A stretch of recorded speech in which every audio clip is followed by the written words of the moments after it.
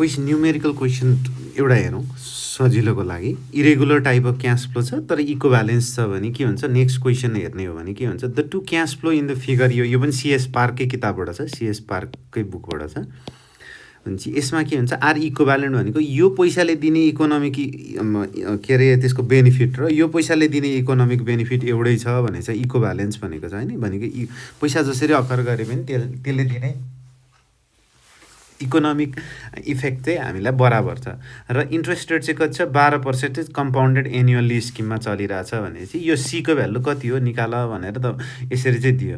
भनिसके पछाडि यसबाट यो दुईटा इक्विभ्यालेन्ट हो भनेपछि यो क्यासले दिने के हुन्छ त, यो क्यासले दिने 5 वर्षपछि दिने 5 वर्ष दिने पछि दिने फ्युचर वर्थ र यतालाई 1 भनौँ, यतापट्टिको क्यासले 5 वर्षपछि दिने फ्युचर वर्थ 2 चाहिँ के हुनुपर्छ त, बराबर हुनुपर्छ। भनेको यो दुईटा पैसा त बराबर हो नि इक्विभ्यालेन्ट भनेपछि F1 इक्वल्स टु F2 हुने भयो। होइन म फ्युचरमा निकाल्दिनँ, म प्रेजेन्टमा लिन्छु भन्नुहुन्छ भने पनि गरे हुन्छ, दुइटैलाई प्रेजेन्ट वर्थ निकाले हुन्छ। P1 इक्वल्स टु P2 गरे हुन्छ। होइन दुइटैलाई म एन्युटीको टर्ममा गर्छु भने चाहिँ A1 इक्वल्स टु A2 गरेर गरे पनि हुन्छ, केही फरक छैन होइन। यसलाई यसरी गर्न सकिन्छ। यसको अर्थ चाहिँ सबैलाई सिङ्गल क्यास फ्लो जस्तो मानेर यसलाई यहाँ ल्याउने, यसलाई यहाँ ल्याउने, यसलाई यहाँ ल्याउने, यसलाई यहाँ ल्याउने र आन्सर जोड्ने, अनि यो सी यहाँ भइले यसलाई यहाँ लाने, यसलाई यहाँ लाने, यसलाई यहाँ लाने, आन्सर जोड्ने र बराबरी गरे पनि हुन्छ। तर त सिङ्गल क्यास फ्लो जस्तो मानेबाट गर्ने भने चाहिँ के हुन्छ त, तपाईँलाई चाहिँ टाइम धेरै लाग्छ भने चाहिँ टाइम इकोनोमी इफिसियन्सी हुँदैन र यसलाई चाहिँ सर्टेस्ट वेमा कसरी गर्न खोजिन्छ त छिटो भनेर आफ्नो तरिकाहरू हुन्छ। तर मैले चाहिँ यहाँ गर्ने तरिका चाहिँ मैले के गर्छु भने मलाई थाहा भएको मध्येमा सर्टेस्ट तरिका यसरी गर्छु। योभन्दा तपाईँहरूलाई अरू आइडिया छ भने तपाईँहरू आफूले गरे पनि हुन्छ होइन। भनेको मतलब यहाँनिर चाहिँ के छ त, यसलाई एन्युटी बनायो भने त लगातार छ, बिचमा ब्रेक छ नि त, यसलाई मैले सी पैसा थप्छु र तल पनि सी पैसा थप्छु हो। माथि एन्युटी भयो ट्याक्क कति वर्षको लागि, 5 वर्षको लागि, यहाँ इक्वल्स टु 5 को लागि एन्युटी भयो, तर तल पनि पैसा। यसको फ्युचर वर्थ कति हुन्छ त, यसको फ्युचर वर्थ निकाल्नुहोस्। फ्युचर वर्थ फर F2 कति हुन्छ भने चाहिँ दोस्रो उतापट्टिको लागि सी पैसाको चाहिँ एन्युटी, सी भनेको कति हुने पढेर 1 प्लस आई भनेको 12 छ होइन, 1.12 को पावर 5 माइनस 1 अपन 0.12 गर्नुहोस्। यो माथितिरको सबै पैसा कहाँ गयो त, अब यहाँ छैन पैसा, यहाँ गइसक्यो। तर यसलाई पनि त यहाँ ल्याउनु पऱ्यो, घटाउनु पऱ्यो, यो सी पैसा त धेरै ल्याएछ, त्यही भएर फेरि माइनस सी। यो त सिङ्गल क्यास फ्लो छ। सिङ्गल क्यास फ्लोलाई चाहिँ 2 वर्ष पछाडि अझै कम्पाउन्डिङ गर्ने भयो भने के गर्नुपर्छ त, 1 प्लस आई को पावर 2 गर्नुपर्छ।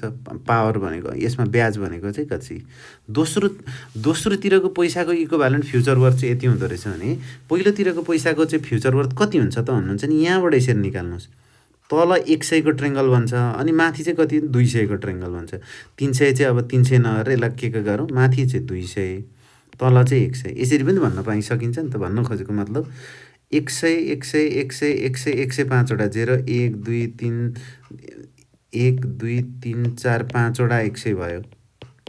अनि फेरि अर्को के पनि छ त, अर्को चिज चाहिँ 0 भनेपछि 1 2 3 4 5 मा चाहिँ हामीले कति भन्न सक्छौँ, 200 भन्न सक्छौँ। यसरी 200 भन्न सक्छौँ यसरी। भनेपछि यसले फ्युचर वर्थ कति कन्ट्रिब्युट गर्छ, म एकैचोटि लेख्छु। यताको F1 चाहिँ 105 वटा छ, लगातार छ। फ्युचर भनेको लास्ट क्याससँग चाहिँ टाँसेर चाहिँ फ्युचर वर्थ दिन्छ भनेको मतलब एन्युटी कति छ 100, अनि ब्याज त उता जस्तै हुने भयो। अब यहाँ कति 1.12 को पावर 5 1 प्लस आई को power n minus 1 upon I 0.12 भयो। यो भनेको 100 गयो। अब फेरि 200 पनि अझै बाँकी छ, फेरि 200, तर 200 चाहिँ कतिवटा मात्रै छ, 3टा छ। 1.12 को पावर 3 माइनस 1 अपन 0.12। यसको अर्थ तपाईँलाई यतापट्टिको लेफ्ट ह्यान्ड साइडले दिने फ्युचर वर्थ पनि निकाल्नु भयो, राइट ह्यान्ड साइडले दिने फ्युचर वर्थ पनि निकाल्नु भयो। क्वेसनले के भन्छ, यो दुइटै इक्विभ्यालेन्ट छ भन्नुको मतलब F1 इक्वल्स टु F2 छ भने चाहिँ अब तपाईँ क्यालकुलेटरमा हार्नुभयो भने $256 जति आउँछ होला, त्यति आउँछ है। $256 जति एन्सर आउँछ। तपाईँले यति सजिलो वेमा गर्न सक्नुहुन्छ है यो चिजहरू है। ल थ्याङ्क यू।